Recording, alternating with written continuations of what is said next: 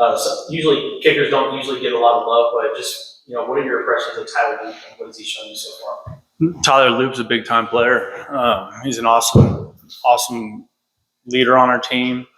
I've just been really impressed with how he goes about his work and how dedicated he is. And I think we can all expect really big things from him.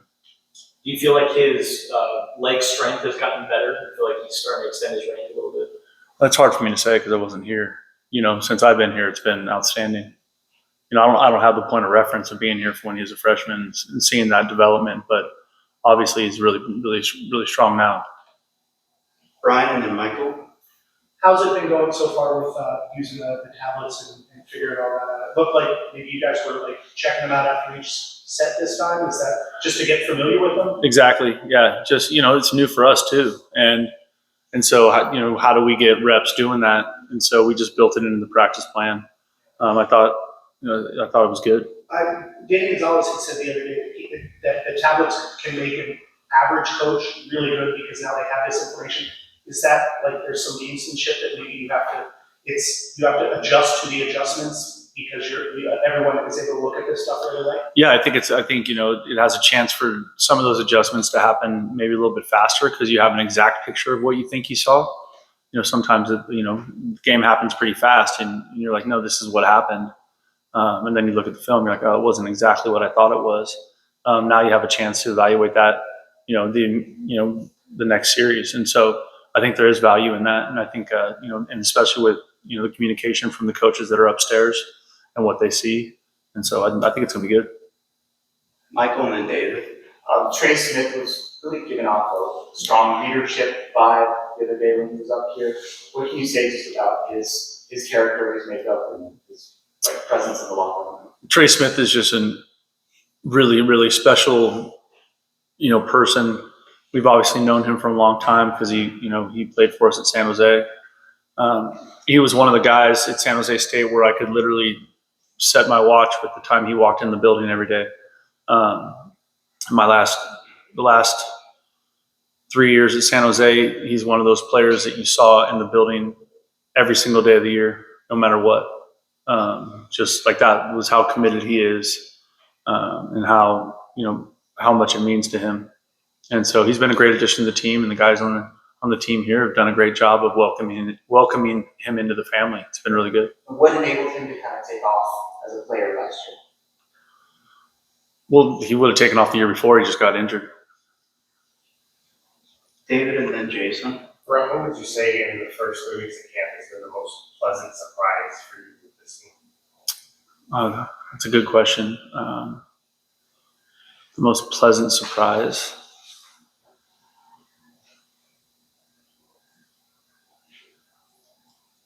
Shoot, I don't know.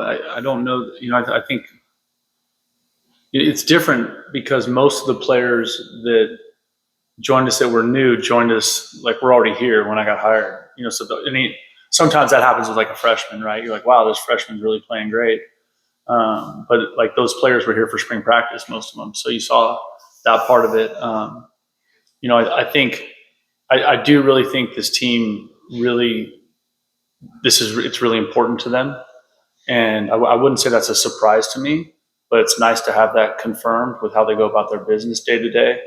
The energy they bring to the meeting room, the weight room, the practice facility, the practice environment. I think that part of it has been really, really great. And on the flip side, what would you say has been the biggest challenge?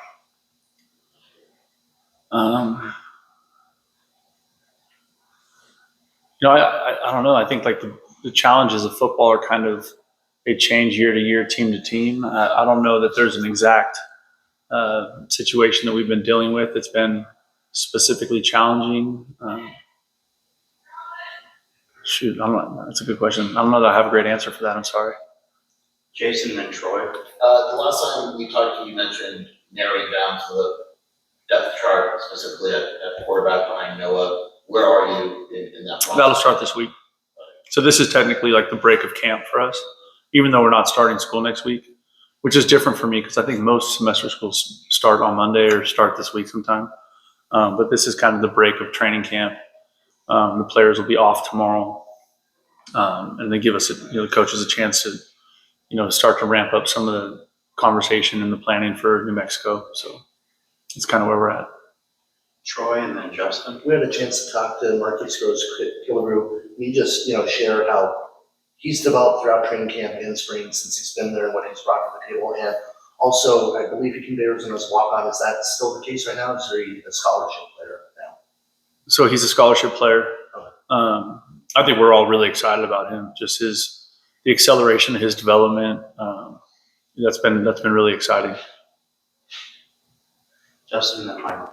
What has it been like having NFL scouts and coaches come by the facility and check out your team? Well, I think the cool thing is that I've had so many of those guys say to me how much they've enjoyed their visit here, where they felt like the information they were getting from from Geiska or from the trainers or the, strength staff, Coach Carroll and his staff, or from our coaches, just the communication, the access, like everything we're trying to do is give our players the best chance to play on the next level, so I think it's important when those guys come here that it's a good experience for them. And I think everybody I just mentioned is doing a great job of that. It's really good, really good.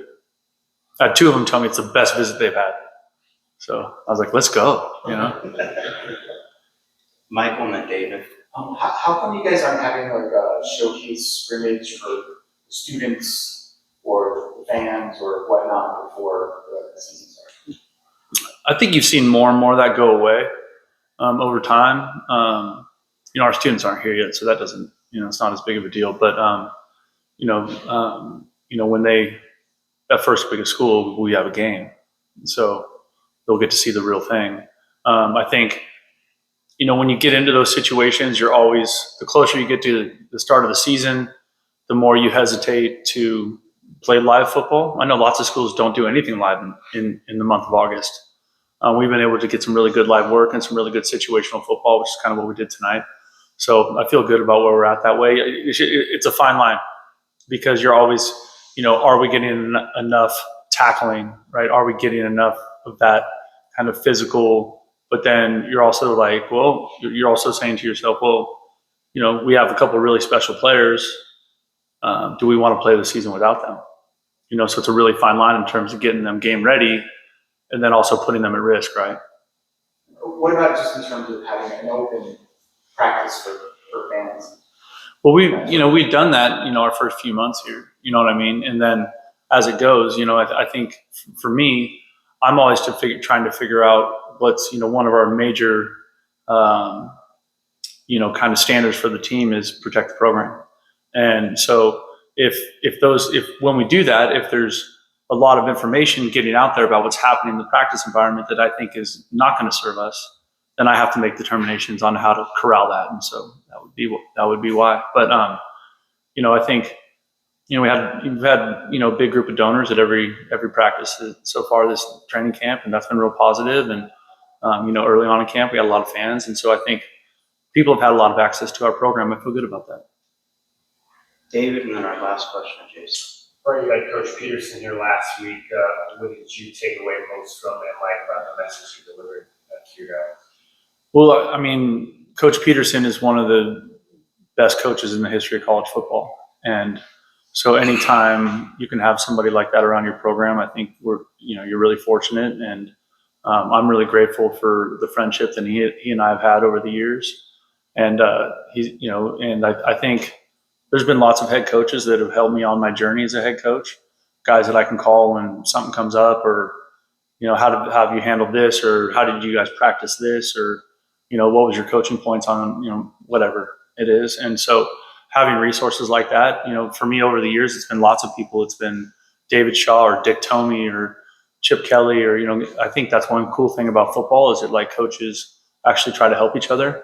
It's not like, there's like no proprietary, secrets that you're like that actually they share. And I think that's really good. And I really, really value my friendship with Coach Peterson. Last question to Jason. At this point, you can only a certain amount of days away from New Mexico. Is this team where you wanted them to be, where you expected them to be in terms of what they look like in camp? I think we're in a great spot.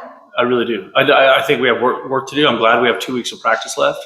I mean, that part of it. This stretch right here was a tough stretch. I think we had 6 practices in 7 days. So like that's kind of the grinder, one of the grinder kind of parts of camp. And I thought our players did a great job. I thought they showed up for camp and they're in good condition and in good shape. I thought Coach Carroll and his staff did a great job of preparing them for that. And then, our coaches are, coaching the heck out of them and, spending every hour of the day, trying to do everything we can to improve our football team. And tonight we did a bunch of stuff that's, stuff, the mechanics of the football and trying to put us in some situations, a 2-minute or, 3rd down or, moving the ball and just like that kind of stuff, get our players used to substituting, special team substitutions and like those things that are, it's hard to simulate what those things feel like on game day. And so trying to get us in the flow of that. And we're going to do a little bit more of that as we get closer to New Mexico.